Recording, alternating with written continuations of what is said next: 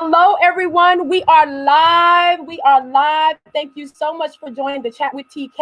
I'm so excited about being here tonight. We have a very exciting conversation that we will delve in on this evening. And I want to welcome everyone who is tuning in right now. As you're tuning in, as you're coming in on this beautiful Tuesday night, please let us know where you're coming in from. I'm going to go ahead and jump right in my normal custom. I just want to invite you to share, like, love, share, like, love. We have something so spectacular, so phenomenal this evening. We're going to be talking about faith and fashion. I have a very exciting guest. He is a male celebrity stylist. I've seen him do so many things on so many different levels. But tonight, men, get ready. Women, you want to get this shared. You want to make sure that you invite your sons, your nephews, your uncles, all the people that you say need help in this area. So we're going to be talking about faith and fashion. I want to introduce to some, present to others, none other than my special guest tonight, none other than Chris Sumner. Chris Sumner is here with me tonight, and I am so excited. Welcome to the chat with TK. We are on live with Chris Sumner. Again, thank you so much, everyone, for tuning in. Let us know where you're tuning in from. Thank you so much for coming on. We're excited about tonight. And I just want you to come in, like, love, share, like, love, share. And I want to introduce to the platform Chris Sumner. Chris, how are you tonight? How are you? I feel like I'm a bishop or something. The way you introduced me. Praise God, hallelujah, glory to God. Well, this is so exciting. Listen, I got a secret. I'm gonna go ahead and bust the secret. Lord, I'm gonna explode the secret. Many of you who know me, Lord, know that I am a church girl at heart. I am a Kojic girl. I love church. I love the Church of God in Christ. Yes. I love God, and we were raised in church where Chris, Yes, you Lord. can attest to this. We were made to do everything, right? Everything. We were made to do everything. I'm going to share a secret tonight about myself relative to Chris. Huh? Let me tell you, Chris is my guy. Let me tell you why. I've known Chris ever since I was in middle school. Let's start there. So, as I matriculated through middle school, came over to high school, Chris was the popular guy. Everybody loved Chris. It's a true statement. Teachers love Chris. Principals love Chris. But I want you to know, I was coming over from the middle school to the high school because I was in a few advanced courses. And when I would come over to the high school, Chris would be the person who would protect me in high school, right, y'all? This was the guy that protected TK in high school. And so it was so cool because you can imagine coming over to the high school, you're in middle school, and you got this guy that everybody already wants to be around. And he's like the bodyguard. Yeah, you know what I'm saying? But let me tell you something about Chris. Let me tell you. Hello, Boston. Hello, Louisiana. I see church girls in the house. But let me tell you a secret about me. I started in band with Chris. We were in the same band class. Same band, yeah. And because we were in band, of course, I played the clarinet. I'm gonna give y'all some secrets tonight, and I haven't shared this with everybody. I played the clarinet. My sister and I also, we were the appointed singers for the Star Spangled Banner, all football games. While we were doing this, so we were the appointed football games. I forgot about that. I know, right? But let me tell you something. Chris is the reason why I became a girl drummer. I was a polished girl drummer. I played the drums. Chris really enhanced me as a drummer, and I started playing the drums. I'm a girl drummer, and if I might say, I'm pretty good. I can actually, play the drums. I grew up playing the drums for my church, jurisdiction, district. I traveled playing the drums with many people who would come in. We were raised overseas, so we were in Germany together. We played for our jurisdiction all day. Yes, we were in the Germany jurisdiction. So I'm gonna tell you, our life has been embedded in church, but my secret is that I am a girl drummer, a for real girl drummer. And played the drums in the band. Chris played drums in the band. He's a phenomenal drummer, musician to his heart. And I am so elated and so happy because so many of our peers, we can definitely say did not, who said I was pretty good? Get them. No, listen, listen to tell you something. I'm gonna be honest with you. You talking about a long time ago. I don't want to say the year because I don't want to get my age. Just know I'm 40 something. 40 something, okay. In that time, there was no, and I think we was in Germany, so we was kind of isolated from a lot of things. But there was no girl drummers. And I remember on occasions I made you play. I'm like, she could play. So we going to band once. She can play. And they be like, oh. I'm gonna tell you another secret. I kind of got like $5 for somebody because I betted them. So, you $5. Shame on you, Chris. Shame on you. But this is how long we've been together. But let me tell you what's so phenomenal about our relationship. Our relationship, because it has been embedded in church, we know so many people who were raised with us that are either no longer here, they have gone astray, they have left the fold. We are preachers' kids. We're sons of preachers, sons of ministers of the gospel, and daughters of ministers of the gospel. And so for so many of us, it was a path that a lot of us did not choose. We didn't choose the path. We were in it by default, but our parents made us. I mean, we were in convocation, and this was during the days where we traveled 8, 9, 10 hours to the convocation. We stayed at convocation. Yes, we went, we traveled, we stayed weeks upon weeks with our parents, serving in the ministry, and we were made to serve, and we developed the love of God, developed how God definitely developed us. And so we praise God tonight for how he has allowed our paths to cross. And I am so happy tonight to bring to the stage this young man who still has a heart for God, a heart for the ministry, a love for God's people, Chris Sumner. And the Lord has elevated him in the area of fashion. And tonight we're going to talk about fashion. I want to know, hey, Thomas was overseas with us as well. Thomas Bristow. Speak to my heart. Thomas Bristow. So we're just saying hello to everyone.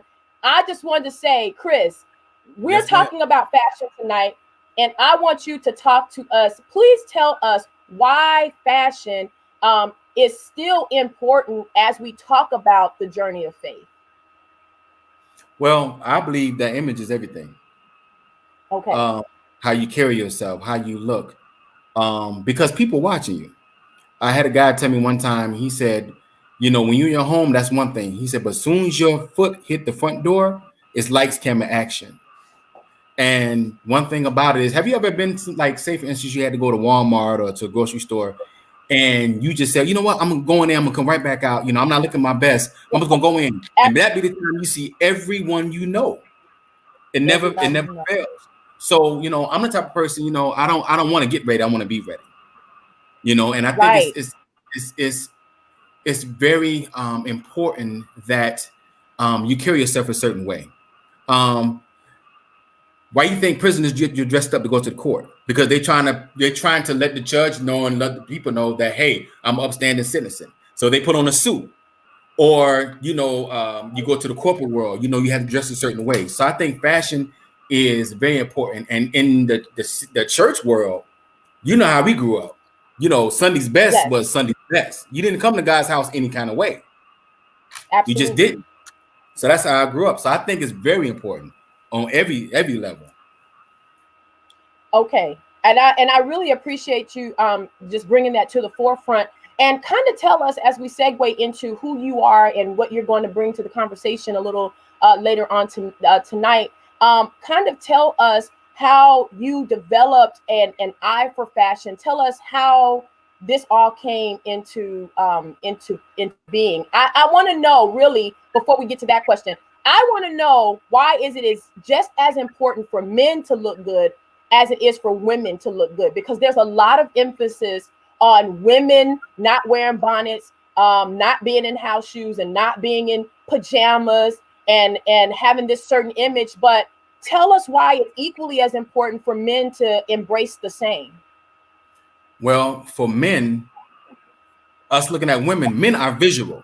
So we like to see the shoes, the pants, the skirt, the hair. So we're visual. And I think for us, that's what we like. We like to see our ladies looking a certain kind of way, or, oh, you know, babe, your hair look different. I love that. You know, and the same thing for women, you know, and you know, as a woman, women look at other women. they make sure, hey, I like that skirt, I like this. So it's really a two-edged sword. You know, we both checking for the same thing.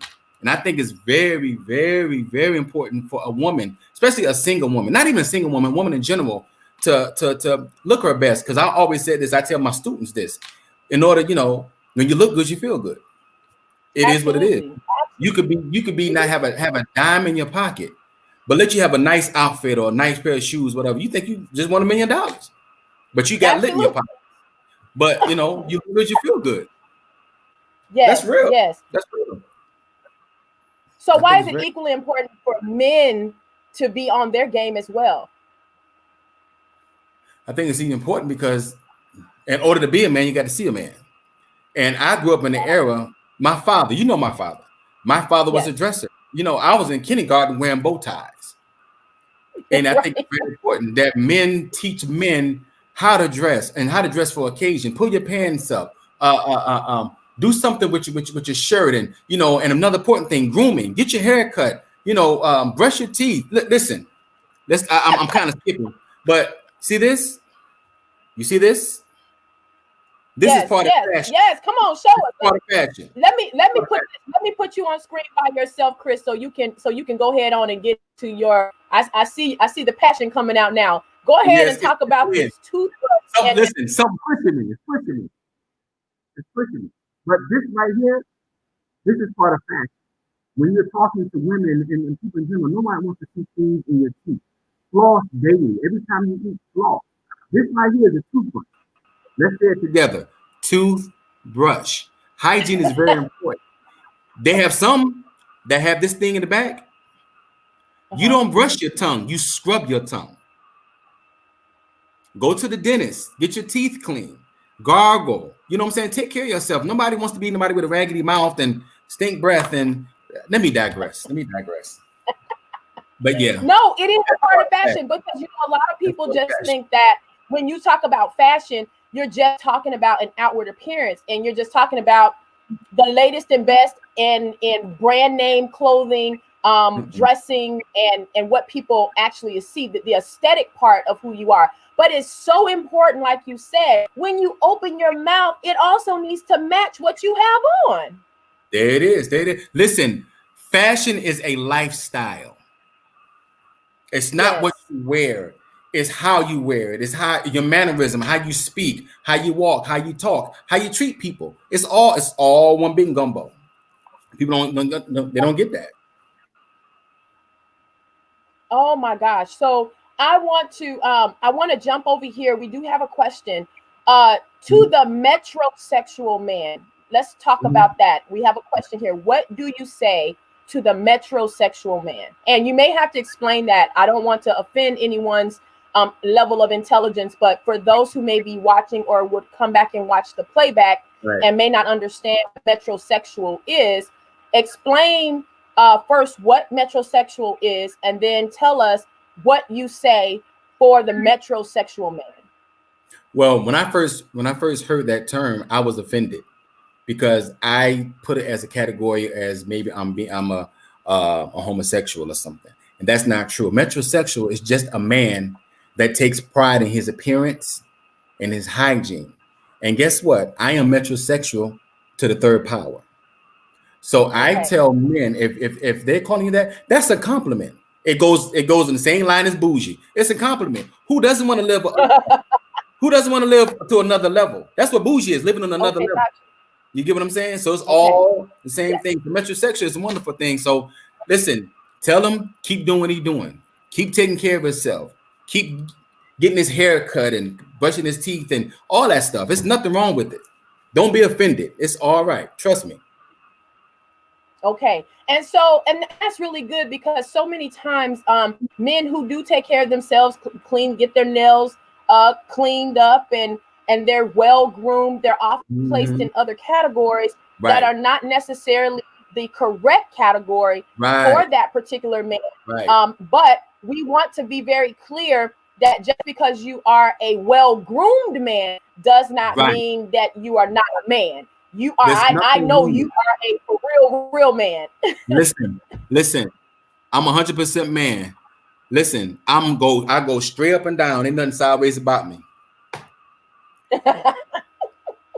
So hey, Absolutely. it is what it is. And you like to be well groomed. So Absolutely. let's talk about let's get you know what, and that's true. I also love well groomed men. I love a man who can definitely dress himself, take care of Mhm. himself. You know, I grew up with a father who I may not consider somebody who's the latest and greatest in going out and getting the latest in styles, but when my father comes out, I mean, even going to I know work, your he daddy. is He well come out. dressed. Yes. When he comes out, he's well dressed. He smells good. He smells good. Stop. My Stop husband, right when there. he goes Stop. out, he looks good. You want me to stop? Okay, go ahead. Go ahead. I ain't mean to interrupt you. You said something. No, go ahead. Smell good. Yes. Smell good. That's very, very important. And then also for men, you have to find, just like a woman, you have to find a fragrance that complements you. You can't wear, everybody can't wear certain stuff. Like me, for instance, I can't wear oils. You know how people have the oils and stuff like that? Yes. I can't wear that because it Yes. kind of breaks me out, something like that. But there are certain things, and try it on. You know, they have something called Scentbird. Scentbird, I think you pay $19.99 a month, and they send you like five samples. Sample it. Okay. Find out what works for you. Somebody type that in the comments. You said Scentbird. It's called Scentbird. You go get Okay. any man you don't want to buy, you know, a cologne and not know if you're sure. Go to Scentbird and you get a subscription. And what they do is they send you 5 fragrances a month. So you might have Armani one day, you might have Versace. You know, switch it up. Find out what works and ask questions. Ask your woman or your wife, hey, does it smell good? Yeah, it smells good. So you have to find out what works for you. But that right there is very, very important. Smell good. Awesome. Awesome. I love it. And so as we're getting into that, Chris, I want you to show us some things. Show us a couple of things. I want us to look at some looks. I want you to help give some men tips on how to dress, how to put it together. What do you have for us tonight to look at? I'm excited about this part. Well, first, let me start with the no-nos. This Oh is yes, one of my okay, that's good. this is one of my pet peeves.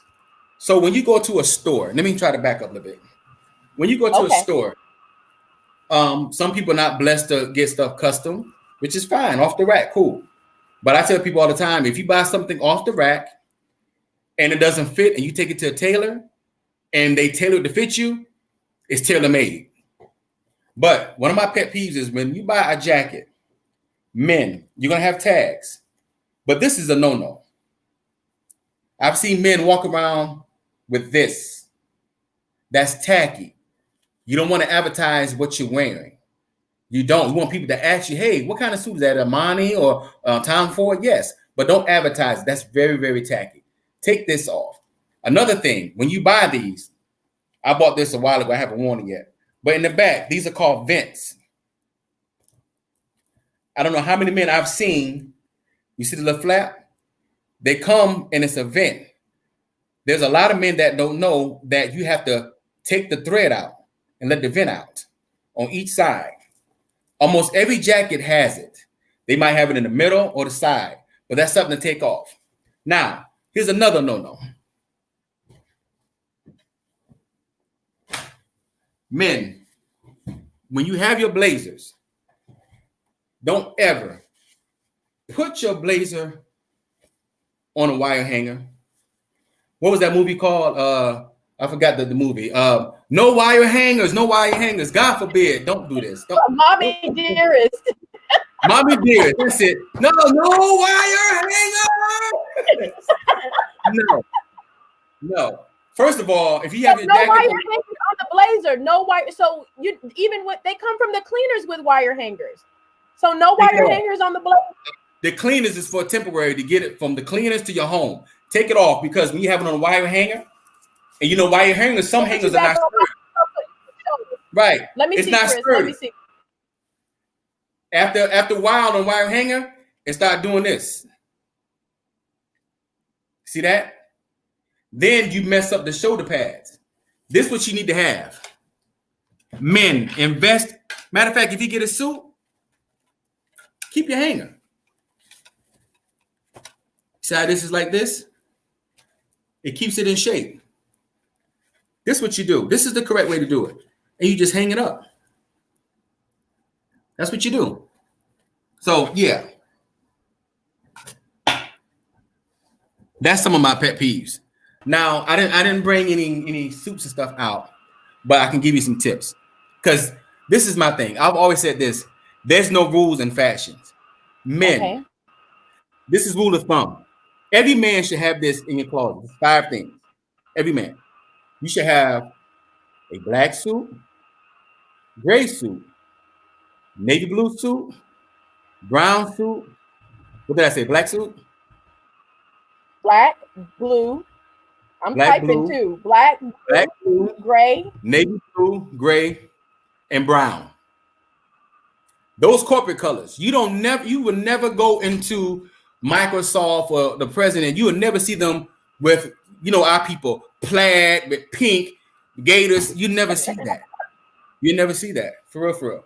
You're not gonna do that. I put a stat today on Facebook, and it says, how did I say it? I'm not fancy. I said, oh God, what did I say? I'll come back to it. But basically, loud, fancy is not high end.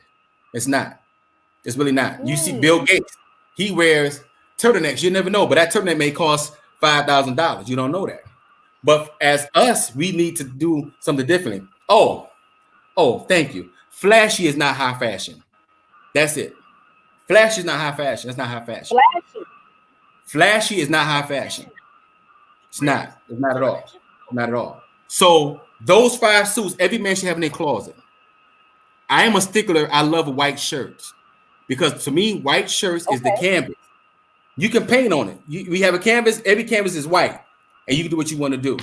So the most important thing is the suit is cool. Don't get me wrong, but white shirt is always a good thing. If you want to mix it up, that's cool. But what makes it pop? Your tie, your handkerchief, and your shoe game. There's nothing better than a nice leather shoe. You can't beat it. You can't beat it. I love Oxfords and wingtips. That's just me. Oxford and wingtips. Okay. And you accent with your handkerchiefs and your tie. You know what I mean? And then also, this is another thing. Men, like I said, if you get some off the rack, which is cool, when you take it to the tailor, what you want to do is you don't want your. Let me get this jacket. Let me show you. What you don't want, and I see a lot of men do this. Let me see the camera at. You see this? I see them in church. It's not even tailored. Down. What you want to do? You want to get because it's hanging over your hand. Right here. Just about right here. Let me put you on screen so we can actually have everybody to see you. Okay. Let me put it. There we go.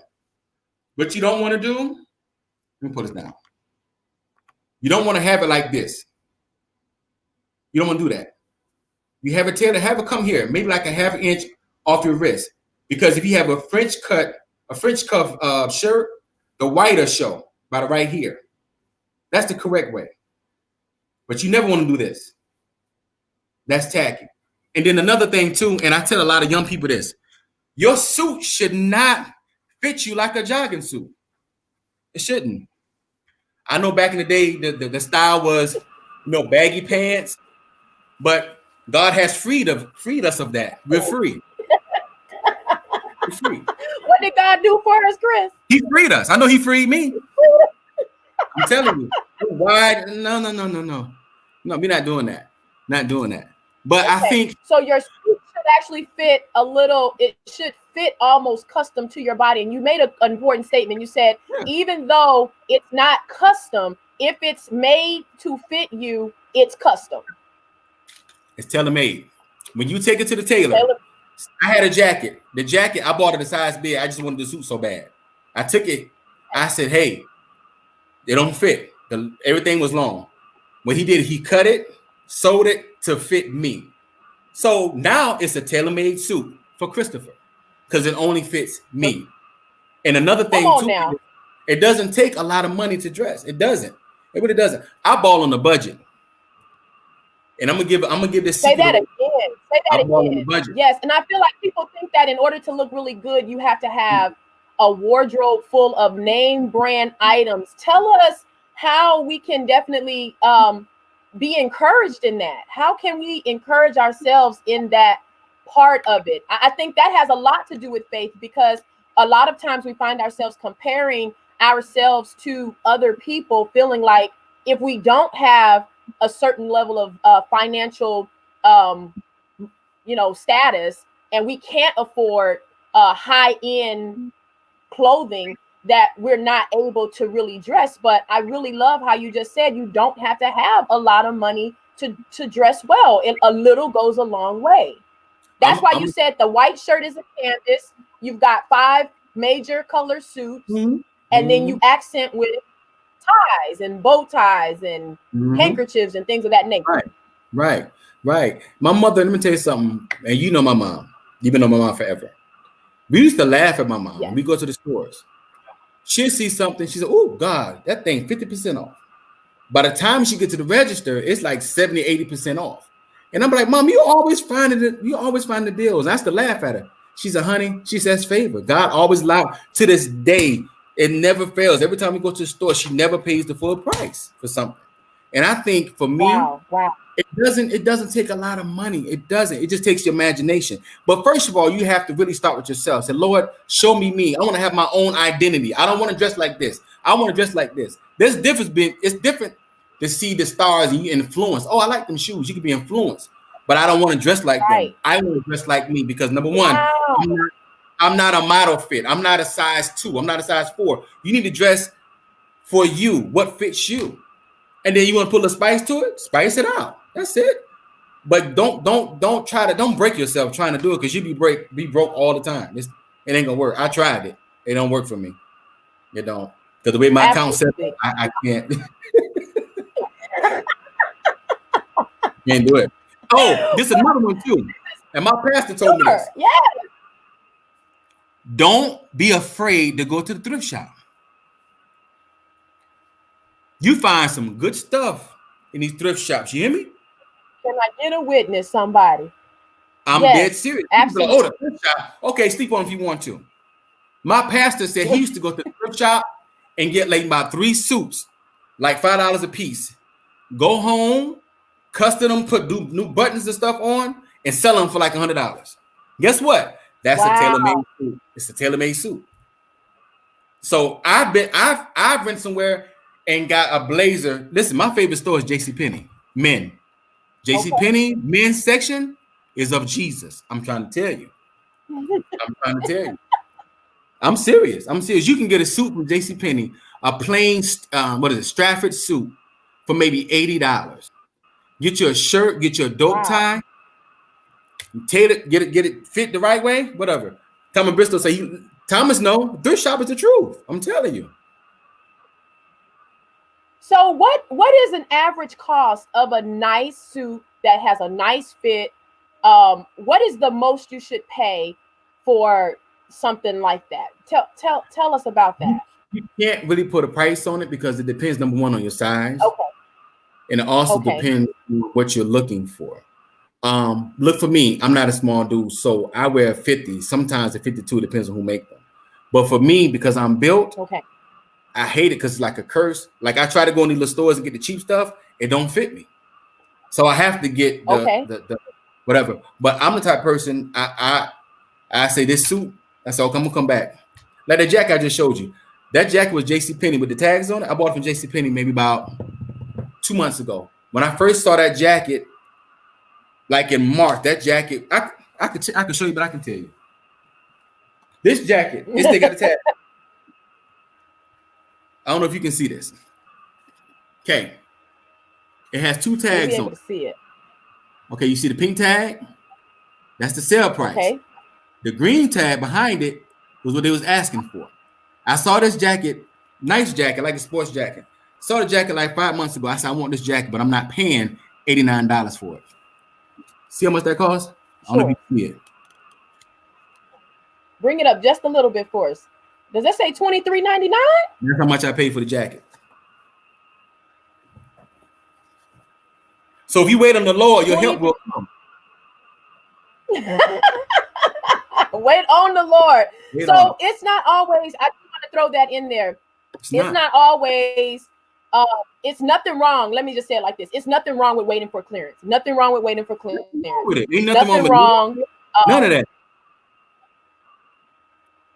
And I have a question on the table here. What do you say the image of the Black man is right now? Is it urban fashion or is it business Black man fashion? What right now is the trend for the Black man? You know what's crazy? We living in 2 different dynamics. You have a lot of the older men that's trying to be urban. You have a lot of the younger men that I'm really, and I see it all the time on Facebook. You have a lot of the younger men that's being business. You know what I mean? I think for me, I think we are going back to where men dress. Like when you look at, you can go on YouTube or you can go to Google.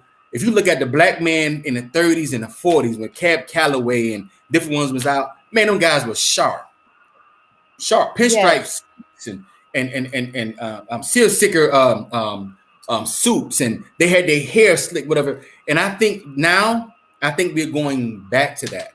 There's nothing wrong with dress. Get dressed up and take yourself out. Get dressed up and just go nowhere. There's nothing wrong with it. Because I'm telling you, they're going to remember you. They're going to say, oh, wasn't you the one that was dressed up? Yeah, you was nice last week. Dressed like a bum. They're going to say, oh, wow. You know? Listen. Right. My bishop said something one time. So, yeah. I'm sorry. My bishop said something one time. He was saying that men, make sure that your women are taken care of, this, that, and the other. He said, because I'm going to give you an example. He said, if people see your woman and she's glowing, she's looking good, she's dressing good, whatever, they're going to say, oh my God, ooh, Chris is doing a good job. Let that same woman look busted, disgusted, raggedy. Guess what they're going to say? Chris is doing a horrible job. So you're going to get the blame regardless. Wow. So I would rather get the blame, have my woman looking flawless, because she's a represent. Listen, when you go out and your husband look at you, they look at you, they're like, ooh, Takith, you look beautiful. That's mine. It makes you feel good. Right. Makes you feel good. Yes. So I really appreciate this. I think this is a great conversation. It's a different conversation for the faith-based community because you very rarely see the two intertwined, faith and fashion. Sometimes it intertwines, but it's usually when you're telling people what not to do and what not to wear and how not to dress. But it's always good to hear from the perspective that you're sharing right now. How do we do this? How is it? And I want to ask you about this little pocket square hanky thingy that y'all be wearing. But sometimes it's hanging out. Sometimes it's folded. Sometimes it's all the way down. Keep talking. There's a little thingy on the side. Keep talking. Okay. I just want to let me welcome everybody to the show again. He's going to get his handkerchief ordeal, and I am so happy that people have joined. Thank you for the questions. Thank you for the comments. Thank you so much for just coming in. We're talking about faith and fashion, and Chris Sumner has shared with us some very, very, very important elements that we need. I do want to rehearse for those that just joined. I do want to talk about what he said. He said that the white shirt is your canvas. He also said that there are 5 major colors that you definitely need to have in your wardrobe. He said those 5 major colors are black, navy, a blue, gray, and a brown. He said those are the primary corporate colors that can also be transformed for other wear and things of that nature. So we want to make sure that we have those in our closets. Men, he has given us a lot of good reference with how we should smell, how we should hygiene ourselves, how we should be well groomed. So thank you so much for joining and staying with us, listening audience. And I am getting ready to turn it back over to Chris, because we're going to talk about this little hanky thingy that sits on the corner of your chest. You're going to help us out with that tonight, right? Right. Well, what people don't know is, in my mind, Steve Harvey is my uncle. He doesn't know that yet, but he's my uncle. So years ago, I used to always look. First of all, he's like that's my guru. So one day I was watching him on TV, and I was like, man, how did he get his handkerchief to turn? And because I put mine in, they fall out, whatever. And he talked about this pocket square, this right here. It's felt. Okay. Then they have plastic one. I just happen to have this one. But I was like, how did he do that? So the average person, when they, have a jacket or whatever, they get a handkerchief, and they put it in, fold it, put it in. Just in there. Sometimes it falls, whatever, not a shape. Now, with this thing right here, I'm able to, let's do it like this, do it like this, do it like this, put it down, let's twist it, turn around. So I got like a little shape. Take this, pop it open, put it in, fix it up a little bit, stays in shape. Then you just put it in your pocket. That's it. It's not going nowhere. Nowhere. You can do whatever you want to do, or you can have it. Maybe you want to have just the points show. That is amazing. I'm going to put you back on screen by yourself one time again, and I want you to show that one more time for us. Show that one more time. So all you're doing is this. Like I said, you can, let's see, you can have, say you want to do it like this. You just want the points to show. You can put it in like this, all the way down. You just want the edges to show. You can do it like that. However, this just happened to have, this handkerchief just happened to have like two sides to it, like Paisley in the plane. Me, I'm a little bit flamboyant a little bit sometimes. So I like mine to something like this, or I might twist it, turn it in, make it real tight, snap it in. Oh, wait a minute, sorry. Snap it in, twist it, put it in right here, fix it up. And I like mine to be hang a little bit. That's it. It changed the game. I remember before this came out, I used to put a safety pin inside to hold it. So that's something that came out. A lot of men don't know about that. But no, it's amazing. Yeah, that is so amazing. I have like 3 or 4. Asking where can they buy that? And let me answer the question. That's asked. You got them. You have them, right? I have it right down here on the screen, scrolling on your screen. I do show where you can actually go to csumner1972.square.site. You can get one tonight if you want to do that. And that is amazing to me and I love that because it makes it I'm going to get one for my husband. In fact, I love how it makes it crisp. And your handkerchief doesn't go anywhere because so many times in the course of you moving around, the handkerchief sometimes it disappears. It disappears. It does. Have you ever been somewhere to keep that? And you always see pastors do this, and I'm telling the truth. The handkerchief be in, then it'd be like this. They'd be like, all back in. Like, this is really. But that right there, I said, man, I wish I'd have came up with that invention. But yeah, I have them. You can order them. I make sure you get it within a week. And the ones Yes. that I have, we have the plastic ones. So the plastic ones is it has like little holes, so you can put it through, weave it, all that kind of stuff. I'm actually have to get me one because I have a lot of these. But I'm gonna have to get the plastic ones. I'm gonna do something different with it. But yeah, I love it, man. I love it. That is Listen, amazing. I love that. I'm sorry, go ahead. no. I was just saying, this is just. I wish I'd have invented it. I'd have been rich by now. We could have did this on my. Absolutely. We could have did this on my yacht. Mm-hmm. One day. It still can. God. But to keep this one, I wanted to say. You said something about faith and fashion. Yes. I think it's hand in hand because one thing about it is we was taught that you just don't come to God's house any kind of way. And I think a lot of sometimes I'm kind of old school, you know, the kids wear t-shirts. That's fine. That's cool. Me, I just like what I like. And I think fashion plays a lot. Think about it. Official day. You're not gonna wear what you want to wear. What you gonna wear official day? Black and white. You're gonna wear your habit. A uniform. Yes. Right.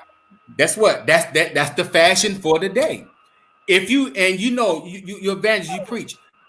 When you go up to preach, you don't want to have what you will wear to the convocation on Saturday night. You want to be modest as possible because you want them to see Jesus, not the rhinestones, not this, that, and the other. So that's part of fashion too. So it's hand in hand. You know, what if Bishop Blake came on official day? Everybody got on robes, and Bishop Blake got on just a regular black suit with no tie and a shirt. Like, look, yes. Bishop. That's not the flavor for today. Right. Because the fashion for the day is the fashion for that day. And we're in accordance with that. Right. Yes. We have a question on the floor regarding headgear for men. Can you speak to men about what is the respectful manner of wearing hats inside, outside? No, back in the day, Pacola Roberts, Dr. Roberts is on here, Dr. P.K. Roberts, retired chaplain in the United States Army. She had a question about headgear. Men used to take off their hats as a matter of respect when they walked in a building, but now it is a little different. But can you talk to us about, can you address men and young boys on that subject? I tell my students all the time, first of all, when you walk in a building, it is mandatory to take your hat off. That's just good. Listen, it's just good manners. It's just good manners. Take your hat off. You know, let's go a step further. You know, there used to be a time when you see older people walking, people will hold the door. Nowadays, people don't want to do that. That's manners. So the hat is hand in hand. You know, what's another one? When a woman gets up from a table, standing up or pulling out the chair, all that stuff is manners. So the hat, that's just the tip of the iceberg. But I think every person that's older, you know, they should know that. But sometimes some people don't know. But when you know better, you do better. So that's something that you need to do. You know, I don't care if it's a baseball cap. Take your hat off. Take your hat off. I'm not a hat person. The only time you'll probably see me in a hat if I need a haircut, like today. That's the only time. Yeah. So I'm not a hat person. And I think a lot of us are going through right now with the hair, and you know, there's just so many things going on with COVID-19 and how we're having to adjust hair and things of that nature, but all is well. When you know how to do what you got to do, you do what you got to do. We have another question. Because I'm looking at you right now. It look like COVID ain't never hit you, baby. I see you. I'm sorry. Wow, you know I ain't got good sense. I've been the same since you know me, huh? That's exact same way. We have got me sweating the can on. Brother, cool on off, Saints. Go ahead on. We are getting ready to come to an end. We're coming to an end, but we have several questions regarding what do we say about long skirts, dresses, cleavage showing, how does fashion work in church? What's appropriate for Sunday fashion? What's appropriate for Sunday fashion? What do you deem as appropriate or inappropriate for both men and women? And I can see for women, there's so many things I could say. We're not specifically addressing the fashion of women tonight, but definitely to address your question, yes, there are definite measures when it comes to appropriate dress for church. There are standards, and yes, right. You cannot wear what you want to wear because you feel like it looks good on a Sunday morning. I do not agree with that. I wholeheartedly stand by anybody calling me old school, anybody calling me old fashioned, but I wholeheartedly stand by the idea that when I walk out of my home on my way to service, I am headed to the house of the Lord, whether I'm on program or not, because my father always taught us, even when you're not on program, you're on program, because you never know what capacity you're going to have to serve in when you get to church. You never know what capacity. So you have to dress for the capacity of what may be, not because of what you are doing or have not been asked to do. You have to dress for the maybe. And so sometimes, I'm gonna just be honest with you, sometimes before I leave out my house, the Holy Ghost talks to me. He says, take it off. Conviction. I know I've fought with it. I'm saying, no, I'm gonna wear this because this is what I want to wear. Not only will I take it off, not only has the Holy Ghost told me to take it off, but there's sometimes my husband is like, are you wearing that today? And I'm like, yeah, and you can't tell anything differently. But there are appropriate measures that you take because you dress for the maybe when you're going to church, because anything can happen and you could be asked to serve in any capacity. But I want you to definitely address the appropriate Sunday wear, how fashion works in church, dress lengths and skirt lengths and cleavage and all of that. It all comes in with faith and fashion. Take it away. You took me back, because I remember the times when the women came and they had that, and the old church mother would take a safety pin, just like that. But let me address the men, and I'm glad you said that, because this bothers me. Sometimes I sit in church and it bothers me because I'm like, okay, are we going to the club, or are we really going to give God praise? You have to know, first of all, you have to know your demographic. You need to know where you at. You're not at a jazz concert. If I'm going to a jazz concert, I'm not going to dress like I'm dressing on Sunday morning. I'm going to have maybe some slacks or a blaze or whatever. But Sunday morning, I'm having my Sunday's best. Now, what bothers me is a lot of men nowadays, how can I say this, be politically correct? Men, your suit should not look like you got on some stockings. Let that sit in. I've seen people, even in leadership, choir directors, they have on suits and you can see a man. So I'm like, what? Okay. Are you displaying something? Are you trying to get a reaction on somebody? Because that's not modest. And to be honest with you, that's not godly. That's not at all. So my thing is this: your suit should not look like you got on an extra pair of skin. That's not cool. A man? Nah, I'm not doing that. You're not doing that. You can't hardly sit down. Listen, a well-known artist, came to our church, and his pants was so tight that he didn't just squat down; he had to lean down because his pants were so tight. Crazy. The jacket was so tight, the button was like this, screaming. I'm like, my God, today we got to do this. But this is my thing. I think as an older man, I think it's up to us to teach these younger people, listen, Doc, that's not how you do that. That's not how you do that. Yes. You know what I'm saying? Yes. So we need to teach them, listen, because someone really don't know. They don't know. They seen something on TV and seen a style and they trying to emulate it, and it's not working for you, sir. It's not working for you, sis. It's not. We got to do something different. That's just my so let's discuss one more thing before we go. What's the rule with the socks and no socks and shoes? What? There's really no rule. I think if it's the winter time and you got no socks, then you need help. That's the rule. if it was 12 degrees outside and you trying to be cool like you Miami Vice and you ain't got no socks on, sir, you need to go get yourself checked out because you are crazy. There's really no rule. Honestly. I have so many socks I can't even close my drawer. They, some of my fellas we call it the sock. Every Sunday we post the socks.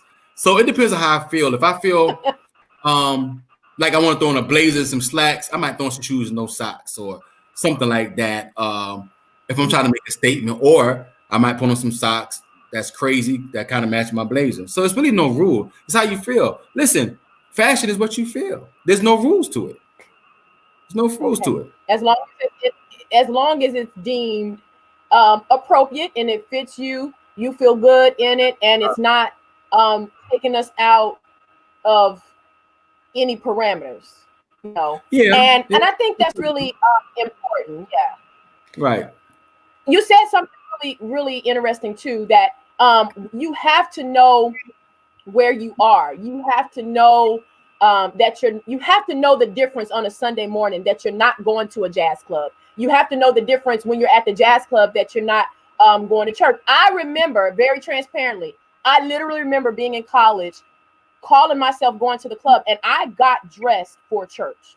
I had on a rhinestone black suit, and my friends were like, "Where are you going?" And I was like, "You said dress up." I didn't understand the difference between dress up for club and dress up for church. And because I was not used to this whole club business anyway, I'm trying to be like my friends or associates, whatever you want to call them in college. I'm dressed. I got on heels. I had on heels, stockings, full. I had on full regalia for church. Like you at the Church of Christ Women Convention. And when I got there, when I got to the club, that people thought I was there in a religious capacity. People were walking up to me, talking to me about their problems, telling me that they really want to lifestyle and they really want to get back with their families, and this lifestyle is destroying their home, and they're I don't want to drink anymore. And I'm thinking to myself, I'm at the club with you. Listen. But I was so inappropriately dressed. I didn't even have to pay the cover fee. The man who was standing there, the bouncer was like, you must be sent here from church, and so we're gonna go ahead and let you in because there's so many people here that need help. And I'm thinking, no, you're gonna take my $10. That you there to come witness. So yeah, so I'm there in religious capacity. I was totally inappropriately dressed for church. All you needed was some track. Jesus? Right. I was Jesus? Dressed. Listen, I did the same thing. I was in the club with a Steve Harvey suit and some Gators. I was so uncomfortable. I'm in there, Timberland boots, baseball caps. I'm in there, Steve Harvey. I'm like, you know what? I checked myself. I went to the bathroom. I said, you look like a fool right now. There's some people thought I was a pimp. I don't know what it was. That's the thing. Ooh. And I really want to tell you something. I have a special guest that just joined in. Carolyn Bell, Mother Royster. So Mother Royster is on with us right now. Lord. Mother Royster was our purity teacher. Listen, she didn't play no games. She didn't play no games. And I do believe that she is really seriously why we're here. Mother Royster, we love you. We're sending you a shout out tonight. Thank you for joining us. We got a good germ here with us. I'm just letting you know we are here right now talking about faith and fashion. People like Mother Royster was one that will tell you, pull that down, close that up. And these were women such as my mother and your mother. They wore safety pins inside of their clothes. I don't know where those safety pins came from. I don't know where they came from. But here's the thing. They taught us how to be modest in our apparel. They taught us how to look pure.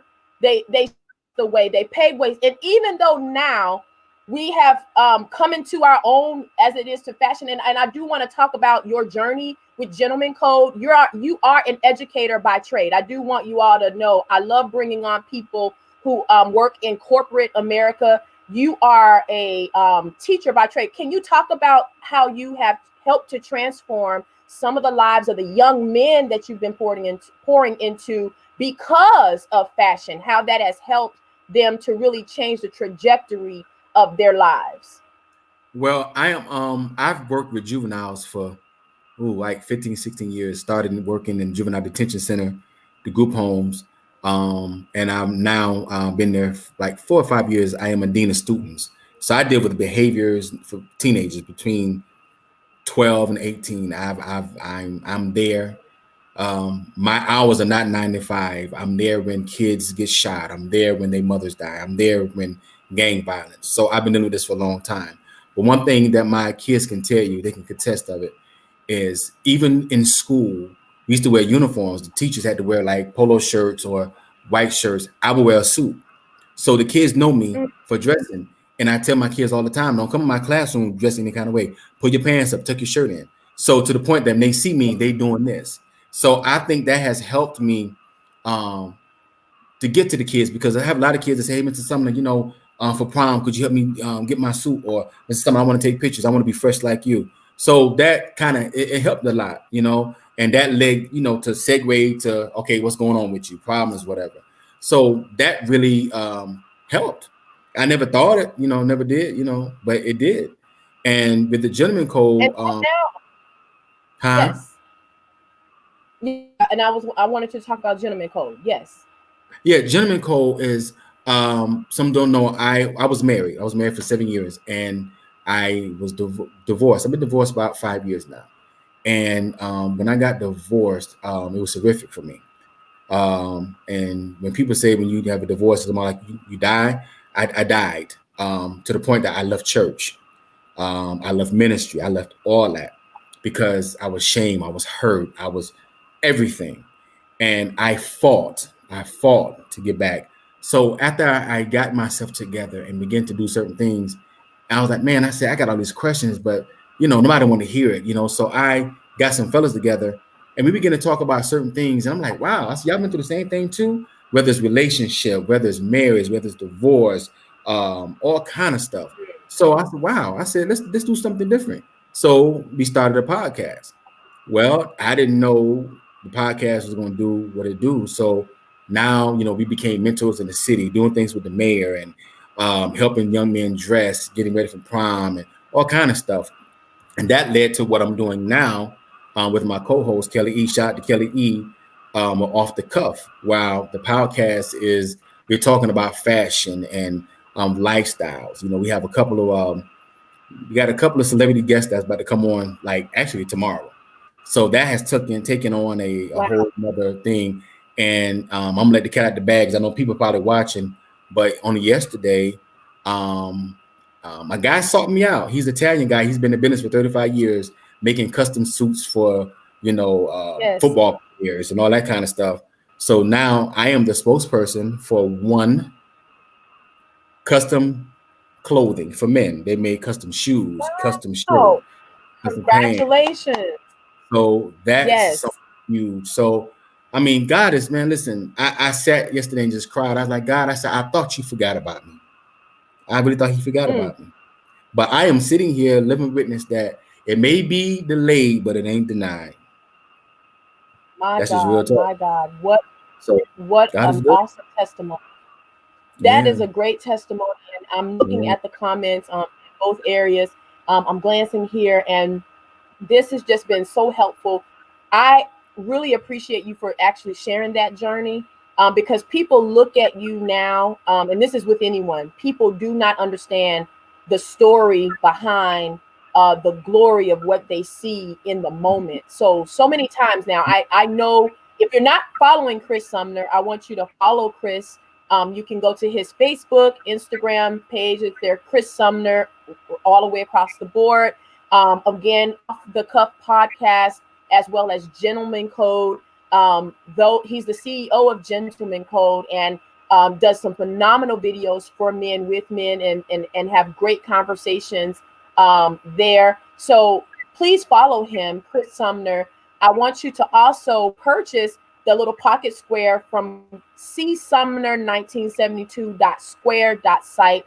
You can do that, and it's you can always go back and get the replay. I'm going to also put that in the comments when this is over, how you can get the pocket square. But I really, really want to encourage those of you who may be going through a time in your life where you feel down, where you feel like God has left you. Do know that it may be delayed, but it's not denied. And I am so happy about your story, and that even though you had to go through what you went through, divorce, anything like that is not easy. But just even those who are in relationships, whose relationships are not maybe going the way they thought they should go, or they're in tumultuous situations right now, or they're facing circumstances with health and different things. Understand that just because it has been delayed, it is not denied. I'm so happy for your progress. I'm happy for what God is allowing you to do in the areas of fashion.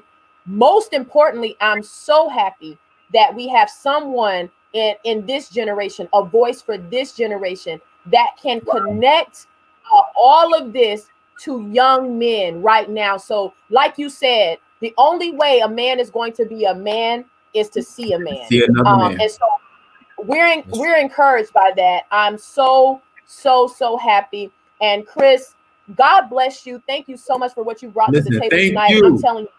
Thank you. You know, yes. I love you. You know, we've been rocking forever. So, you know, I love you. Forever. And I love you more. And God bless you. I thank God that we're still here in the land of the living. Yes. By the grace and mercy of God, because it could be another way. But I thank God that He's allowed our paths, even from back in the day, to be here now. So thank you all, listening audience. Thank you so much for those of you who joined in. It was a pleasure to be once again on the Chat with TK. Thank you for joining us for the topic, faith and fashion. Share this, allow someone to replay it. And again, go follow Chris Sumner at Chris Sumner on IG, as well as Facebook, and also YouTube, Off the Cuff Podcast and Gentleman Code. Make sure, man, you order that pocket square thingy. You know, she said thingy. He showed square. the thingy, the pocket square thingy that's gonna keep that handkerchief in place. Yeah, pocket square holder. Yeah, that's pocket square holder. Go order the pocket square holder so that you can look fresh. Thank you so much, Chris. Give us some closing words and for just some men. Give the men some encouragement right now. Men, do not be afraid to be a man. Do not be afraid to express yourself through fashion. You know, everybody's not the same. Everybody's not built the same, but I don't mean nothing. Love yourself first. And then when you love yourself, it's going to show when you begin to put your clothes on. So don't forget, be you. No matter what nobody said, be you. And it doesn't take a lot of money to be you. Just be you. Think outside the box. I'm telling you. And if you're going through something, remember this, that your pain eventually is going to push you to your purpose. So you got this. Amen. Thank you so much, everyone. God bless you. It's been a wonderful night on the Chat with TK. Thank you so much for joining us. God bless. Love you. Love you too.